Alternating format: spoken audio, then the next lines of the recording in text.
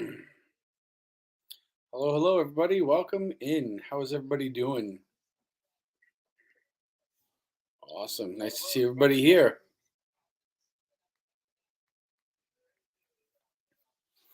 I'm going to give everybody just a couple of minutes. Hope everybody's had a good day. Happy Saturday.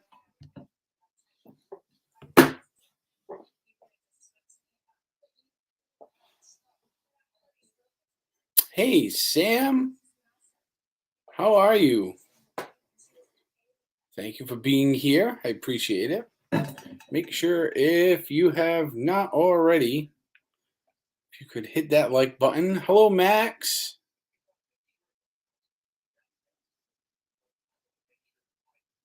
Oh, look at that. That's awesome. See, even the trolls are used to this. They love it. Santos, what is happening, my man? Nice to hear from you, kid. I hope everything's going well. Oh, yeah, Max, go right ahead. You can have that one. Go for it. Oh, Sam already got it. Got to be quick. Thank you. Thanks, Sam. I tried to do it from StreamYards, but StreamYards wasn't allowing me to do it. How you doing, Santos?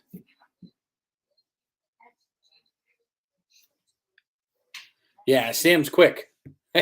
Quick on the draw. Welcome in, everybody. Welcome, welcome, welcome. I know there was a lot of people there were a lot of people that had reached out that were interested. So, what's up, Broheem? What's up, bro? How's it going, Lee? How is it going?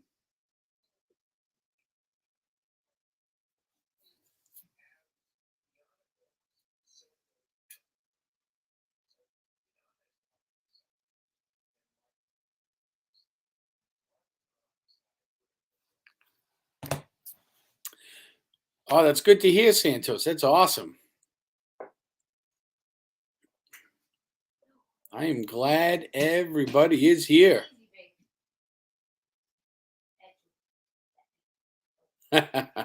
All right, Sam. I hope you do too. This is this is going to be the weekly, I guess we'll call it the weekly check-in. Eventually, over the next couple of weeks, I will open up StreamYards if people want to come in and kind of talk about what they're doing, if they feel comfortable enough to share, then that's awesome. And we will allow that to happen. So, what are we all doing here, right? So this stream is the first in a series. So the series I'm doing is I have started once again back on the diet and exercise train, with COVID being COVID and me having a job where I am really sitting all day. I'm not very active anymore. I've put on a phenomenal amount of weight in like 3 years. So, um, that's awesome, Duke Mom. I love it. So, so I decided that I would document it via my Instagram, which I know I can get the link somehow from the internet, but I'm not sure how to get it from the interwebs. I usually do it from my phone. But I will post if you don't follow me on Instagram and you'd like to, that's probably the best place to follow me daily for this, because that's where I'm posting just little snippets of like what I'm eating and what it is. Hopefully I will expand upon that as time rolls on. There's going to be an exercise component that I'll be posting on as well. And it's like I have a Peloton here. I can't really film where I work. There's a lot of sensitive nature stuff where I work, so they don't allow phones to be out. But I'm gonna I'm gonna try to document it best I can. So a little history about me. So from a young age, I was always a big child, not only width wise, but height wise. The part of Massachusetts I live in, I was always one of the tallest, biggest kids around growing up, all the way up through high school. I didn't really start seeing kids bigger than me until I got to high school. And at that, they were usually just a little bit taller. There was nobody that was really as tall or as wide bodied as I was. And I was not very wide bodied. When I graduated high school, I was 6 foot. I weighed about 225, 230. And then from there, I worked out a lot, but I also ate an enormous amount. I played a lot of sports when I was young, so I was always very active. And when I became inactive, I still kept eating. It was always called a man child. um, yeah, so I kept eating. At one point, I was working out and I'd eat 3,000 calories a day because I was working out, lifting weights, getting a lot of activity. And then when I wasn't getting as much activity and I wasn't working out and playing sports at the same time, I continued to eat like that. I put on a little weight, whatever, but I was always solid. And then when I stopped working out, um, and I kept eating, it just piled on. So I got big, big, big. Hey, Sam. Welcome in, Samantha. So I was probably just about 28 by the time I realized that being like 6 foot, well, it was actually a little less than 6 foot because the weight had actually made me shrink. But being almost 6 foot tall and weighing like 425, 430 pounds was probably not a good idea. So at like 27, 28, I started to think about what I was going to do because I was getting bigger. I had like a 56, 58-inch waist at that point. I weighed well over 400 pounds and I could still move and get around. I was just really, really large, like solid. I wasn't like flabby. I was just solid and heavy and big. So I started looking into weight loss. I tried a few things, not much worked. I tried Weight Watchers and the South Beach diet and Atkins and all this stuff. And I'd lose a little weight and then it would come right back. And then I'd lose a little weight and it would come right back. So that was a little disappointing. So a friend of mine at the time, he said, you should you should really think about gastric bypass. I just had it done. You should go and do it. And this is going back like 14 years now. And I said, geez, I don't know, and he had lost a lot of weight. He had dropped a ton of weight. And I was like, man, I don't know.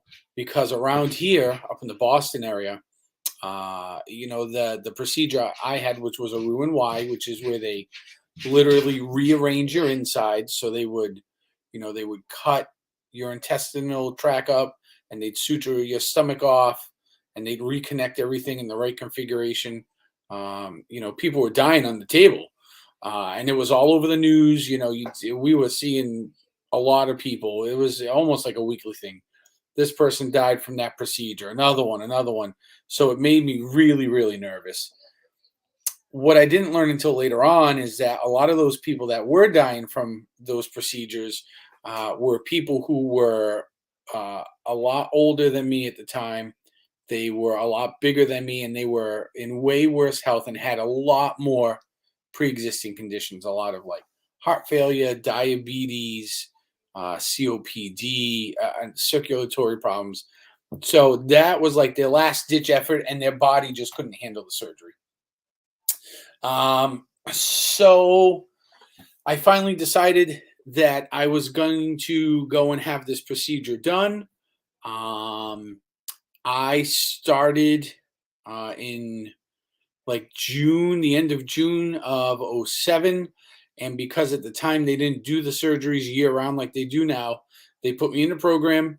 And the program was, it was a lot of psychological therapy, both group and individual. It was a lot of nutritional stuff. And they said, you have to go through this program for the summer, and the earliest we can get you in would be sometime around like October, November. And I said, okay. And the friend I had at the time that had it done, his surgeon was surgeon of the year, like a year or two before in Boston. And I said, well, I want this doctor. I want Dr. Tarnoff. And they said, well, he's booked out until it was like May of 2008. And I said, well, I guess I'm waiting for him. Because that's the guy I want. I read up about all the doctors. I read about having this procedure done literally across the country. The Ohio clinic, the Cleveland clinic, place down in Florida, somewhere in California. And once I read up on this doctor, I was like, all right, I'm good to go. He's who I want. So they said, well, you're going to have to go through the program, and then you'll kind of be on your own until it's time for your surgery. So I went through the program. I finished up the program late September, middle of October. And at that point, I made the decision to re-enroll myself in the program, because you had to lose 10% of your body weight before they would even touch you, before they would cut you open, so to speak, cut you open. And we'll get to that in a little bit. You had to lose 10% of your body weight. So I had to lose somewhere around 43-ish pounds. So let's say 45 pounds before they would even touch me.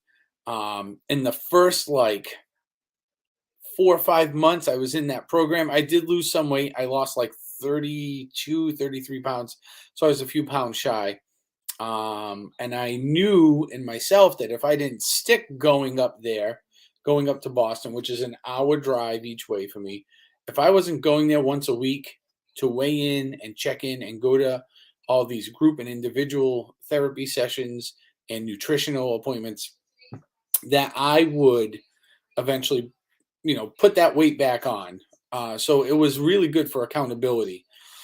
So I signed up for a second and then a third session. And it really, really helped me think about food in a different way, and kind of learn how to listen to my body, which has been very helpful in keeping a majority of the 156 pounds I lost off.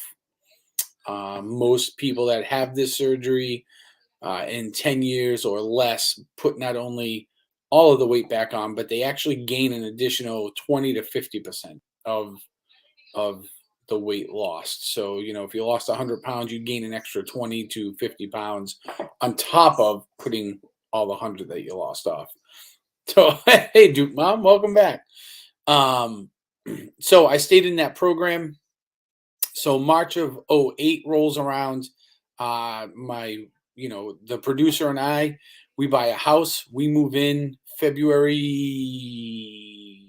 12th or so, somewhere around the middle of February. And a couple weeks later, my father passed away unexpectedly. So at that point, my dad was a young guy. He was like 52 when he passed away. I was barely 30 at that point. I had just made like 30 in 6 months at the end of January. So I was kind of, shocked. I was at a loss, and I was not going to go and have it done. I made a conscious decision at that point that, it was me being the oldest sibling.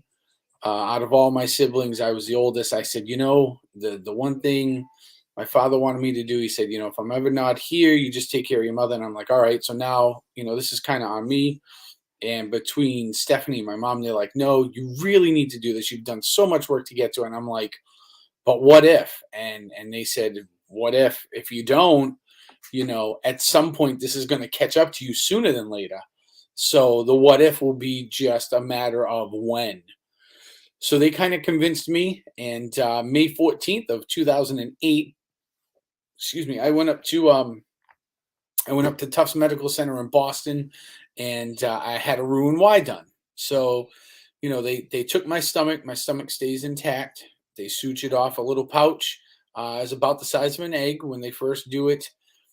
They leave your stomach attached to your intestinal tract because you still need all your acids that are made in your stomach to help your food digest in your intestinal tract. They take your where your small and your large intestine meet, they cut it and they split it. They take a little piece of that small intestine, they attach it to the bottom of the pouch, and then they hook the small little piece from the pouch, the small intestine and large intestine, they hook all back up together. And essentially it makes like a Y. So it looks kind of like this with like a piece like here. Yeah, I can't make it, but you all understand like this. So if all this finger included, that's kind of what it looks like. It all meets in one place, right? So I did that. I was in the hospital for, oh gosh, they did it laparoscopically, so you can still see. I got 1, 2, 3, 4. I got 5 tiny little marks all around my abdomen. The biggest one is probably about an inch, inch and a half long. So it was all laparoscopic. So they used tools and a camera, and the doctor basically, it's like playing a video game for the doctor. They go in. The procedure took me uh, a, a little less than 90 minutes. It was about 75 minutes for my procedure, which was great. The average age, even today, of the person that has weight loss surgery, the average age is about 40 to 45, and I was just 30. So I was a great candidate for this. For a long time, for like a decade, they kind of followed me, my yearly checkup and all kinds of like blood draws and all sorts of stuff. So I did the procedure, came out fine. It hurt. I'm not gonna lie, it did hurt. The morphine they had me on a drip. They give you a pillow because essentially what they do is they blow your stomach up, and inside, holding all your organs and stuff in place, there's like a membrane between your organs and like your skin and your fat. So when they do this procedure and they go in and they fill you with gas, they separate that membrane and the skin from your organs, and everything's kind of loose, you know. So that hurt bad for days. It wasn't even the gas pain; it was the surgical pain. And they had me on this like morphine drip, and it had like a little buzzer. Looked like I called it my Jeopardy buzzer, right? That's how I refer to it. And it was like every 7 or 9 minutes, I could hit the button, and it would give me a shot of morphine. And I spent the first 2 days literally just watching the clock. And every 7 to 9 minutes, I was hitting that thing. It was like, come on, more, more, more, until I had enough in me where it was passing me out. By day 3, I still hurt, but they were weaning me off of it, and it was at least tolerable. I could just suck it up and manage at that point. So gas still hurt after 3 days. The amazing part is that I came out of the I came out of the hospital after 3 days, 27 and a half pounds lighter. So, which is incredible because I retained a lot of fluid, a massive amount of fluid, and it was they. So I don't know how to describe it. It was this big square. It was almost like a 1 gallon container. It was pretty close. And every 4 or so hours, the nursing staff would come in, and I had a catheter, so they would take that bucket that was hanging on the side of my bed, and they would go empty it out and just put it back under. And I was filling one of those every 4 hours for the first like day and a half straight. It was, when I tell you it was full, it was full. The amount of fluid they were taking out of me was absolutely incredible. So they send you home. The first few days in the hospital you don't really eat. So that's the thing with that surgery, and most of those gastric surgeries is you don't really eat. They give you a diet plan. It shows you what you're supposed to do, which I followed.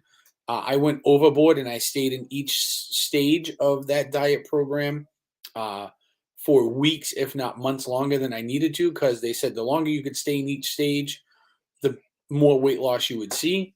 But the first few days, they brought me a cup with some water and some ice chips in it. And I was allowed to take my little wand, which has a little sponge on the end, and I could dip it in and like suck on the sponge just to kind of keep my lips and my mouth kind of wet. Hey, Lindsay, thanks for being here. So I did that for the first like 2 days. Day 3, they gave me, you guys know what a pill cup is, right? It's about an ounce. You know, you may get it at the doctor's office, or if you ever been to like a clinic or a hospital and they put a couple pills in it, and right. So I had a 1 ounce pill cup that they let me sip a little bit of soup out of. And I absolutely remember taking like 1 or 2 sips. Like when I tell you sips, it was like drops, and swallowing, that was it. That lasted, oh gosh, I was sipping out of that 1 ounce cup for 2 months. It was like 2 months. And fortunately for me, you know, I had a really, and I mean I still do. I have a really good support system. And the co-host, because she's a chef, she said, "Hey, since you're only eating soup at this point, you know, do you want me to give you something with a little extra protein and stuff?" I said, "Yeah," because at that point I was literally living off of like chicken broth, beef broth. So, and it was a 1 ounce cup, and I would have like 2 of those, maybe 3 1 ounce cups a day. Because outside of that, I was trying to get some water in, so I didn't get dehydrated. So that was awesome because I was able to get a little more nutrition in. I went back to work after, I'm trying to think, after like 3 weeks. So funny thing with the human body is, even though I had major surgery, um, all the suturing and all the wounds and stuff were pretty much locked up. And they basically told me that after like 7 or 8 days, it wasn't, not that it's impossible, but it would be very difficult for me to kind of tear apart all the work that they had done. That didn't mean I could go back to work, because at the time I had a very laborious job. They just said that, you know, you don't have to be afraid of trying to get up off the couch. Like, even though it hurts, you don't have to be afraid of tearing stuff apart.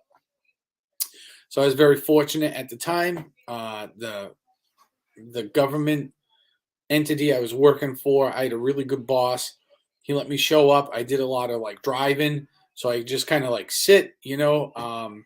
The first week back was pretty rough, trying to get in and out of the truck and stuff like that. But they worked with me. It was like a slow burn. After about 6, 7 weeks, they let me go back to regular work.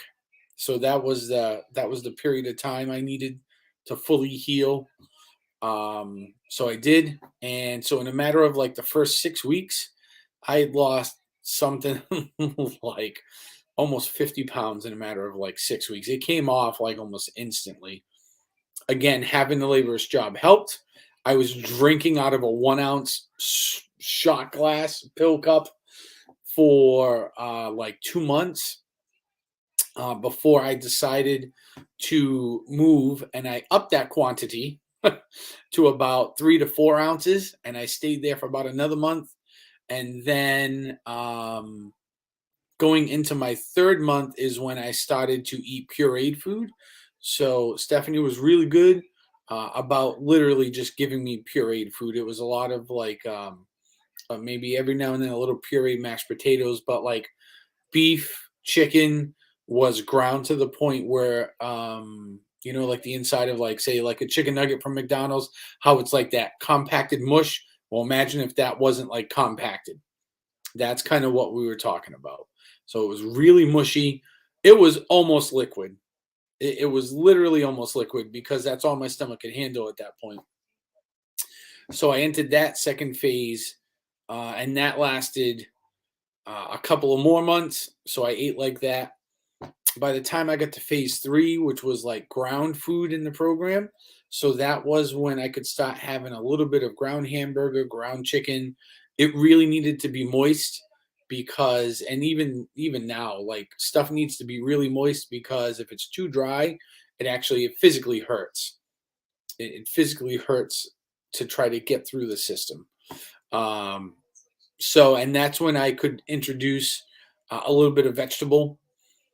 So that went on for about 8 weeks. So about another, yeah, just about another 2 months.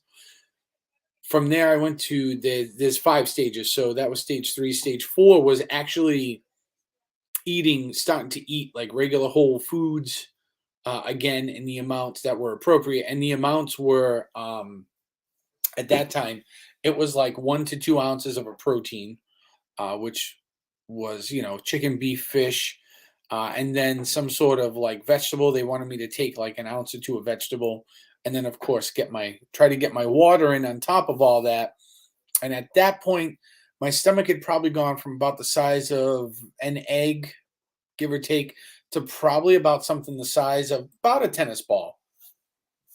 So, and that now you're talking that's like 6 or so months after my surgery. So we're talking like when we're into like September, October.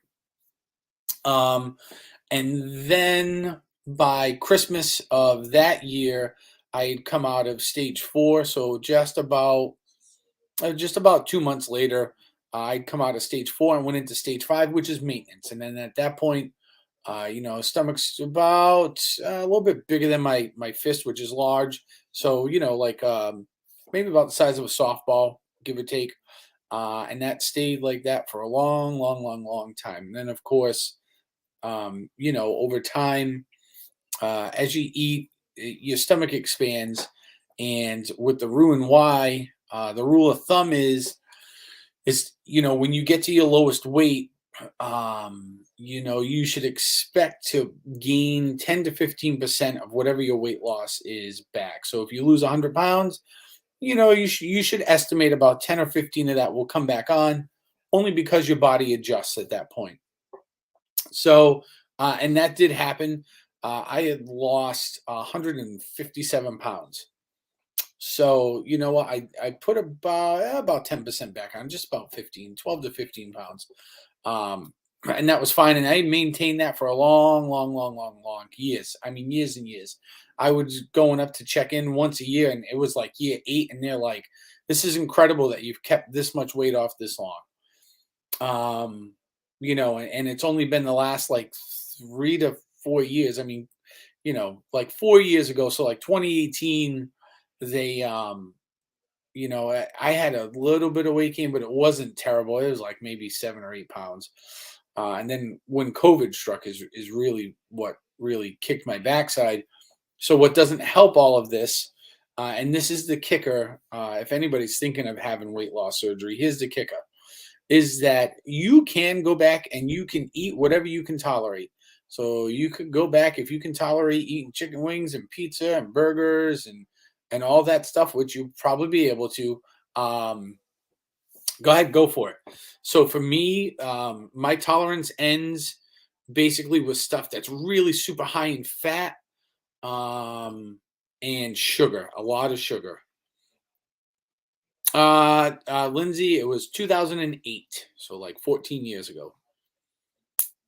So that to me, it gives me what they call as dumping syndrome, and basically what happens is your body flushes out your colon and intestinal tract, and I'll let your imagination go with that. I'm sure you're all very smart people, and you understand what that means, right? So for me, I get weakness, I get the shakes, almost like I get low blood sugar when I get into that sort of phase of what's called dumping.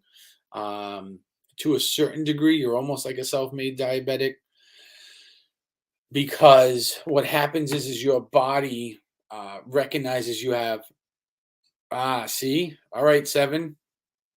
So your body recognizes that you have a ton of sugar and it needs to get rid of it, and your body says, "Oh no, I need more insulin." Not and your body doesn't really remember that you've had this surgery, which is basically a straight pipe from your mouth out your backside. Like your food when you eat after this surgery, it passes through you into the bottom of your intestinal tract and your colon in like less than 4 hours. Whereas a normal person, when you eat, you can eat a bunch and your food digests slowly over 6 to 8 hours and then gets into your tract and stuff.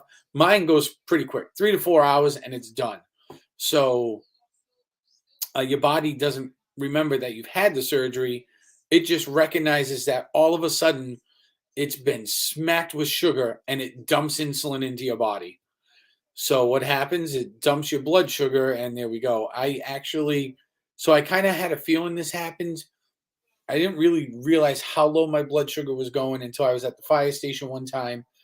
They had coffee and donuts there, and I said, "Sure, I'll have a donut." And that's all I had was a donut. I didn't have coffee, nothing, right? And I ate about half of a Boston cream donut. It wasn't even the whole thing. And I was sitting there. I said, "Okay, I feel all right."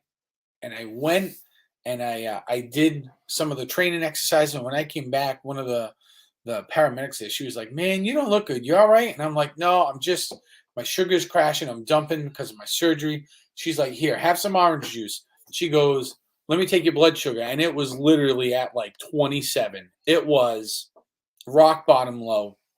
She took it again. It had gone down to like 18. She said, "Listen, if this don't start to come back up, we're going to put you in the back of the ambulance. You're going to the hospital." So I was like, "Nope. So let me have some OJ. Give me the other half of that donut and give me 10 minutes and I'll be fine." Sure enough, that's what happened. Like within 5 minutes, not even, I had the other half of the donut, a couple of sips of the orange juice. And before you know it, my blood sugar was back up to 45. And then it was 50. Then it was 55. So that's how I discovered. I'm like, okay, so when all this happens and I get the weakness and the sweats, and I'm feeling like I got gastro stuff going on and it hurts and I'm dumping, that's what that is. So, um, oh yeah. So C7, it does. It takes a lot out of you. So 7 brings up a good point, right? So mine's like self-made, but it does. It wreaks. So dumping wreaks so much havoc on my body, that physically, when I get done, I am probably as tired as the hardest workout I've ever done in my entire life. I feel like I ran a marathon. Um, so I try not to get to that point. As you guys see, I do drink some beer. I like having different foods. I can have different foods. It's about portion control. The problem that happens at this point, which is really probably, and in hindsight, it's the biggest problem with the whole thing, with the whole weight loss surgery thing, which kind of contributes a little bit to my weight gain, which has been about 45 pounds in the last 3 years, is because of the surgery, I have no metabolism. My metabolism is completely tanked. So what happens is when you have this surgery, because you become so calorie deficient, and it's such a severe deficiency,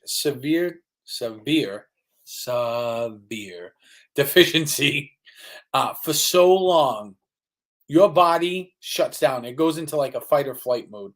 And basically, your body thinks you're living on some deserted island with no food. So what it does is it takes your metabolic rate and it turns it down to like -0.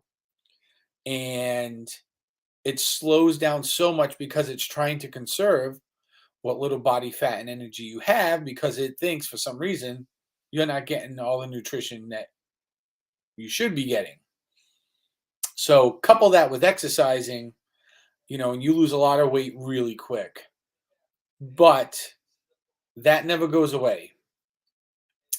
My metabolism will never spin up, because even though I can eat whatever I want now, and I do, and I have, right? If I don't exercise, my body stays at that rate, and my body's only processing enough food to like make sure that, obviously I'm alive, but it processes such little food because my metabolism is so low that it's really easy to gain weight. I mean, like super duper easy.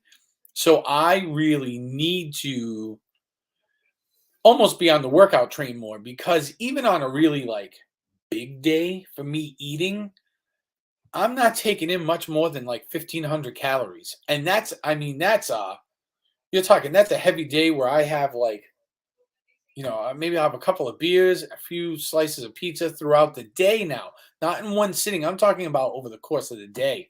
Or I'll have like some pasta with some Alfredo, or I'll get up in the morning, I'll have a large breakfast of like 2 eggs sunny side up with like some toast, and you add all that stuff up.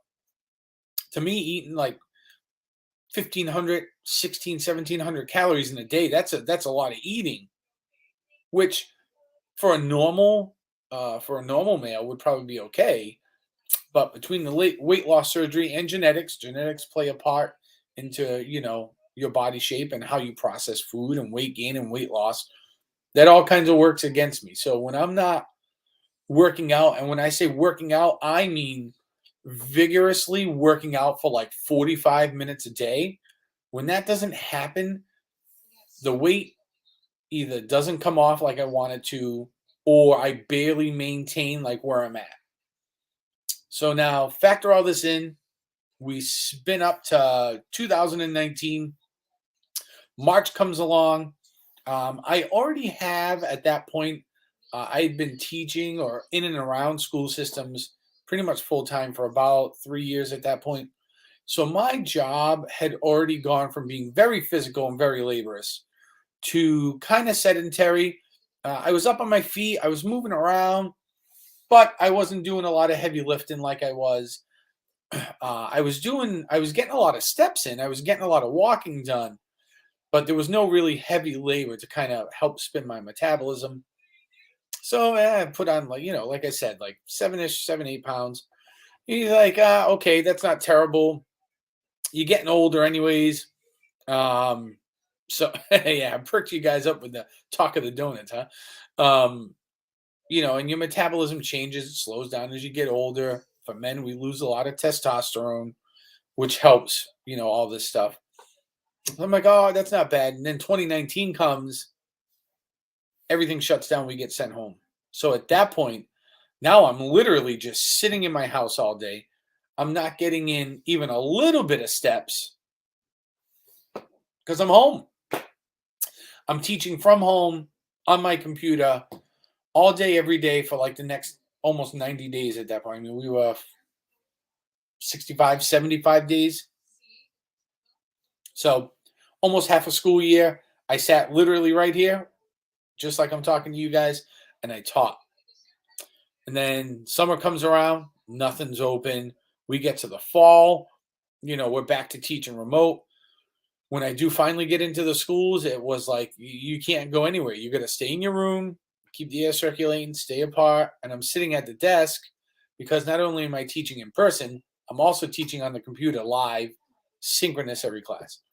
So I've spent a lot of time sitting. Then I leave teaching this past fall, and I take the new job I have now, which is a desk job. So here we are again. I'm still sitting. So, and it was over the course of these 3 years where I've been like, all right, now I stepped on, and I hadn't really stepped on the scale. I was pretty good. I was very faithful with it up until we went home for COVID. I was stepping on the scale like twice a day. Oh, thanks, Nicole. Hang out for a little bit. Hope you stick around. I was pretty good, and I typically take 2 weights a day. I get up in the morning, I weigh myself, my morning weight, which is typically, for most people, it's your lowest weight of the day. If you do it literally as soon as you get up, then I take usually a weight at the end of the night. And I always weigh myself the same way. So if I weigh myself with certain clothes on in the morning, I make sure I put those certain clothes on again at the end of the night. I've done this ever since I've had my surgery for the last 14 years. When I weigh myself, even when I go to my doctor's office, I literally wear the same clothes all the time. So same clothes, same shoes, and I make sure I wear because that to me is the way to get accuracy, because those clothes are going to weigh the same, right?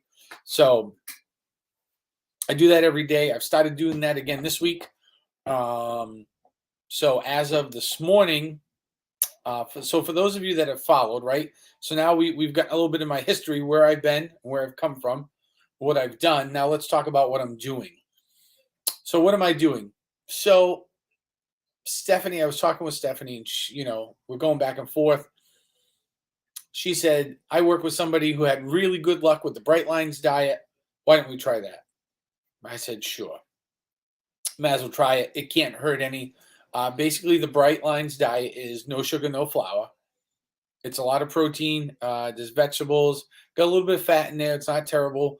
But around here in Massachusetts, where I live, they have this program called Awaken 180. And I said, boy,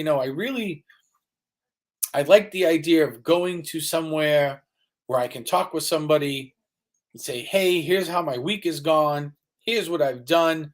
What do you think? Awaken 180 happens. It just so happens that they are the team sponsors for teams like the Boston Red Sox. Go and use them when the guys need to get in shape for spring training, lose some weight, nutrition. That's where they go.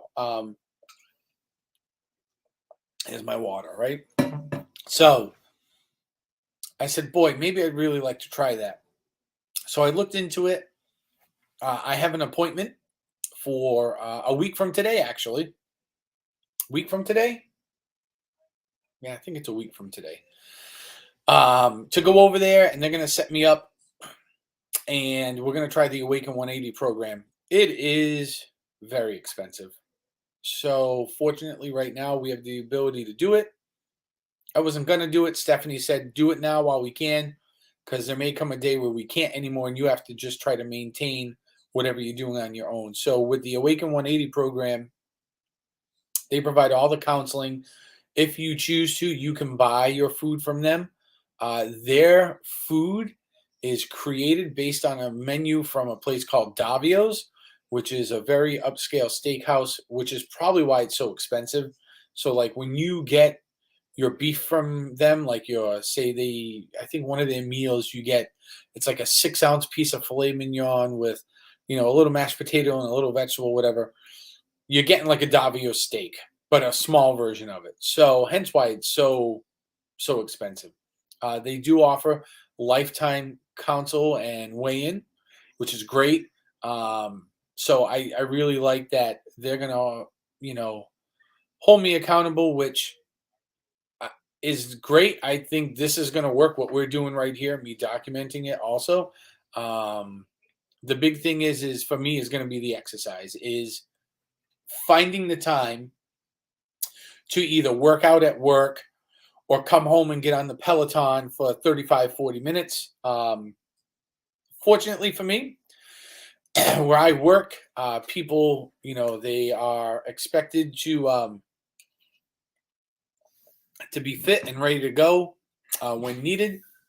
So I have a lot of them interested in doing the Insanity program, which is something I've done in the past. I have done Insanity to lose some weight, and it works. Sean T is my enemy. Him and I fight. I swear a lot at him, but his program does work. He's one of those beach body guys. And if you commit to it, if you're interested in it, it 100% works. The T25 works as well. It is not as intense as the Insanity, but it does work. So with all this coupled together, I decided that I thought I would document all this to see my progress. And I do have a goal. My goal is to lose at least 50 pounds. I would love to lose 100 pounds, right? So I take off the 45 plus another. I'd be like, all right, be back down to where I was when I graduated high school. But you know what? If I can get down 50 or more pounds, that would be awesome. So that's my first goal. And if I do lose 50 pounds, I've set a reward for myself above and beyond being a little bit healthier and being around for my family a lot longer, which is I am going to go to Disney World and I'm going to do that African trek that they offer in the animal kingdom, which is where they harness you up and you get to like walk over the bridges into the enclosures and hang over like the alligator pit and stuff. Yeah, see, Ian knows. There it is. It is legit. Insanity is legit.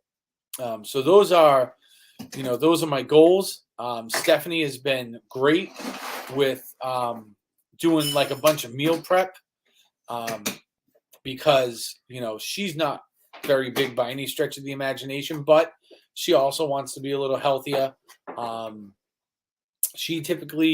She'll do like meal prep for the week using the Bright Lines thing. She understands it really well. She gets on the Peloton in the morning, so hopefully I'll have it available when I get home. We've bought the shoes, which we never had up until now. She loves them. I've yet to use mine, so that's my next goal. I have some. You should, Duke Mom. You should break them out. He's got a couple of them. There's Insanity. There's T25. Is it called the Asylum? There's the Asylum Workout, I think he did. Right? He's got a dance hip hop one. He's got a bunch of them. His workouts are really, really good. And what I like about him is like you don't need weights. You don't need like stretch bands. You don't need any of that stuff. His is all like you're using your body. It's a lot of plyometric work, so it's great. Hey, Morgan. So that's my plan. That's what we're doing. I stepped on the scale, so I'm already down a couple of pounds just in the first, like the first 5 days here, 5-6 days I've been doing this. I've only gotten in one workout this week. So I started on Wednesday. That was my first workout in the morning. I did like 15-20 minutes on the elliptical machine. I got off there. I went over and I did an arms and chest workout on the weights. So it was good. And it's nice when I do it at work because I get a few hours a week at work where I can go and work out and I don't have to make up the hours. So I go and do it. And, like a 30 to 40 minute workout is good because that affords me enough time to like get back to my office and get in my seat and actually do my work for the day. So I did that once. So my goal is next week is to slowly introduce a little bit more cardio, 2 to 3 days next week. Now that I got the once done and my calves, which were, if you saw my Animal Kingdom stream, we were going to do Flight of Passage, which I've done before, but my calves were too big and the girl wasn't strong enough to just shove the machine to lock me in. So I'm hoping I can shrink them because my calves, even though they're large, my calves are super, super strong. Like next time I'm wearing shorts as the weather gets warmer here, somebody remind me to have somebody hold the camera and watch me flex. And I've got like these two like softballs that pop out at the top of my calf and they're just wide there. It's probably the strongest part of my body, to be honest with you, is my calves. So we've done that along with this diet plan. I will say this, at least from the psychology standpoint, is they now know that while you should eat good, it's all about portion control and it's all about what you're eating, right? Garbage in, garbage out, a lot of garbage in, a lot of garbage out. So portion control. So you want to feel full, but you don't want to overeat. And we want to always try to take in good stuff. So the suggestion is high protein. Your carbs should be, fruit, vegetable, and then take in a little bit more fat. Try to stay away from sugar and anything with white flour in it. That's great until you start eating sugar and white flour. And then at that point, you're going to notice that a lot of what you have lost will probably come back on, right? Working out helps. Suggest a brisk walk at least 30 minutes a day. If you can do more, great. If you can't, do something slow. Do something in your seat, like moving your arms up and down. And we're going to kind of work through all that because I know a bunch of people that are, they have mobility issues from different things they got going on, and they can't go to a gym and they can't get on a bike and a treadmill and lift weights. But there are simple things we can do with the motion that we have that will help us spin our metabolism up, and that's kind of what we're looking for, is really more of getting the metabolism going. So doing like an arm circle, your arms are out, you do an arm circle, doing that for like 5 or 6 minutes is better than doing nothing at all. And that's kind of the point. Helps your metabolism get going. What I have built, hey Pierce, it's going good, man. So far we're down a few pounds. Next week I'm going to start making my weights official. We'll start tracking. I'll probably do it like beginning of the week, end of the week. We'll see where we end up. I'll do it every day, but that's what I'll be posting. So built into the eating side of things, I think it's really good, at least for your mental health, to not really dive in and go full Monty and start denying yourself stuff, because eventually what happens is if you deny yourself stuff, you're going to get sick of that and you're going to get tired of it. You're going to get diet burnout. And then when you go and indulge, you're going to go totally off the rails. So whatever I've allowed myself is I am allowed to have one bad breakfast, one bad dinner, and one bad snack a week, which I might make 2 bad snacks a week, because typically my lunches are going to always be really, really healthy. And it's never to have any of those all on the same day.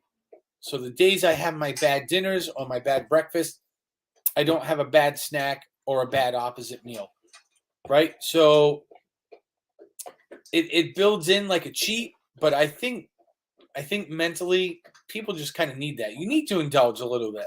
Have something you're like, hey, this isn't, chicken and rice again, or, this isn't another salad. You know what I mean? So it does, right? It gives you something. It gives you something to look forward to.